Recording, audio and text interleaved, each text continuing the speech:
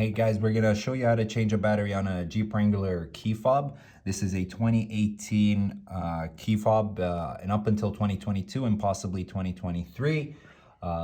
It's the same key fob as the Jeep Gladiator. So all you'll need is a flathead screwdriver. I'd recommend like a medium to small size. You don't need something too big.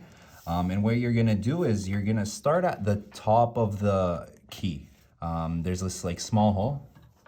Yeah, you could see it right there. That's where you're gonna start, and then you're gonna go on each corner. So you're gonna just, twist, and then you're gonna go to the middle and twist, and then the other corner, twist, and then, oh, no. And then the last corner, I think you need to twist, and you're good to go. Make sure you don't go too hard, otherwise you'll break the teeth on it. Now that we've got to the inside, the positive side of the battery is up.